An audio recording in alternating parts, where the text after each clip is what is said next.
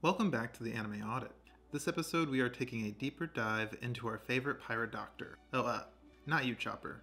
I'm actually talking about the Surgeon of Death himself, Trafalgar D. Water Law. Fact number 1. Law's surname, Trafalgar, was actually taken from Cape Trafalgar, which is located in the southwest of Spain. It was the site of a famous naval battle between the British, French, and Spanish fleet during the Napoleonic Wars. In 1805, this conflict, known as the Battle of Trafalgar, ultimately meant the end of the Spanish Empire, just as Law's actions meant the fall of the Doflamingo Empire. Doflamingo is obviously a Spanish-themed villain, so the name Trafalgar more or less makes sense for him. It's also worth noting that one of London's more recognizable landmarks, Trafalgar Square, is named for the battle, and so is a class of submarines in the British Royal Navy. The reason Oda chose the name Law was taken from the 18th century English pirate Edward Lowe. Law's name was chosen to echo the infamous cruelty of Edward Lowe's own reputation for violently torturing victims before killing them. During Edward Lowe's short career, he managed to capture over 100 ships and together with his crew tortured and killed hundreds if not thousands of people. It's also worth noting the 100 ships here. In order to become a warlord, Law ended up turning in the hearts of 100 pirates. Fact number 2. At the age of 26 years old, Law is actually the youngest individual to ever hold the position of one of the 7 warlords. This meant that the world government compared his strength and potential to other infamous pirates like Mihawk, Hancock, and even Law's own worst enemy, Doflamingo himself. In order to become one of the 7 warlords, Law was held responsible as the mastermind of the event known as the Rocky Port Incident. After the incident was over, Law ended up turning in the hearts of 100 pirates to the world government. This act ended up leading to Law gaining the coveted status of one of the 7 warlords of the sea. It's pretty obvious that Law only did what he did to become a member of one of the 7 warlords and get closer to Doflamingo in order to get revenge on Doflamingo for what happened to Rocinante. Fact number 3. Law currently has the highest bounty out of all the pirates who are unable to or who have never used Conqueror's Haki. I assume that at some point in the series he'll end up using Conqueror's Haki, but as of right now he stands at the top of the list of potential new users. He has after all showcased that he can use Haki since he has used both Armament and Observation Haki. He used Armament Haki multiple times during the Dressrosa arc, specifically during the fight with Doflamingo, and he has used Observation Haki during the Wano arc a few times as well. Examples of this would be when Luffy was defeated by Kaido, and then again later on when Luffy was able to awaken Devil Fruit's true power. Fact number 4. If One Piece was set in the real world, then Oda stated that Law would be from Germany. I guess it's sort of fitting since he does have a technique called Sturbenblade, which he used to defeat Treble. Sturben directly translates to die in the German language and fits pretty well with Law's personality. I mean, the man does have death tattooed to his fingers. Oda went on to say that if Law was not a pirate, then he would be a doctor, which makes complete sense with his character and his Devil Fruit, and is an obvious choice, and Oda isn't really reinventing the wheel here since Law is already a pirate doctor. Fact number 5. Law is currently ranked as the 5th most popular character in One Piece. This makes him the most popular character that doesn't belong to the Straw Hat Pirates. Now, usually the Straw Hat Pirates are among the more popular characters in the series due to directly being connected with the series protagonist, but it's noteworthy to know that in the 5th official fan poll, which was taken in 2015, Law actually ranked number 2, making him more popular than anyone other than Luffy and temporarily displacing Zoro, who is ranked number 2 in every other fan poll. Now in the 7th and most recent fan poll from 2021, he has dropped a little bit in the ranking, coming in at number 5. This still makes him the most popular character who's not a member of the Straw Hats, and just shows how popular and vital a character he is to the series. Hey, thanks for watching this video. If you like anime related content, you should hit the subscribe button down below. It really helps the channel and it'll push this video to more people. From looking at my analytics, 98.6% of the people that are watching my videos are not subscribed, so if you like anime related content, subscribe.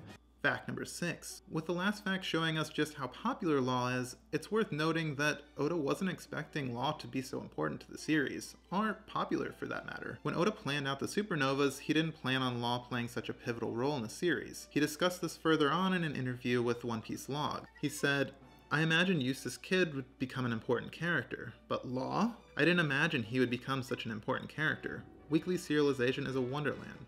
Oda is known for planning his characters pretty far ahead of time, so it's fun to see that he can sometimes be surprised by the importance and popularity of a new character. In fact, Oda hadn't even planned on including Law in the Sabaody arc at first. He only added in Law and the other Worst Generation members because he thought that the arc needed something special to make it worth reading and watching. I think that this was a great addition and has really shaped the series as we know it.